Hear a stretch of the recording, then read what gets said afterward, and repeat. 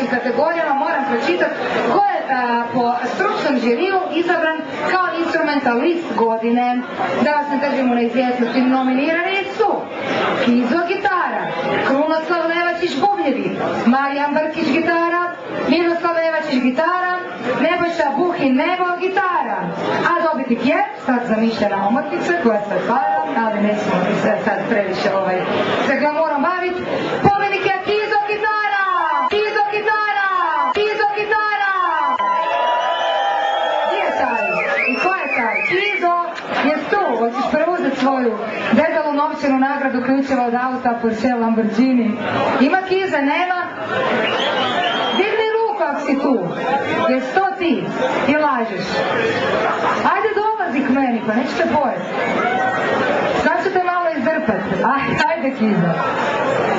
Dok se Kizo probija, da mi ne gubimo vrijeme, idemo dalje. Da vam prezentiram nagrade, da znate što je nama naša borba dala. Galerija vam je Isus i Zlatna kugla 2008, super paša u svaki stan, u svaku stalažu, a također je u kompletu sa jednom orijentalnom degustativnom nagradom sa Kosova, a to je burek, naravno sa mesom, od čeg burek može biti. Tako da evo, Kizu i Draganu Lukiću dodjeljujemo sljedeće. Je to neko od vas? Ti si... Pa znači da se ljudi vide.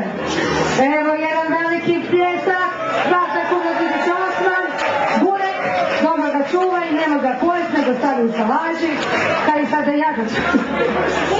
Burek, nek se vidi. Pusta evo u guzu.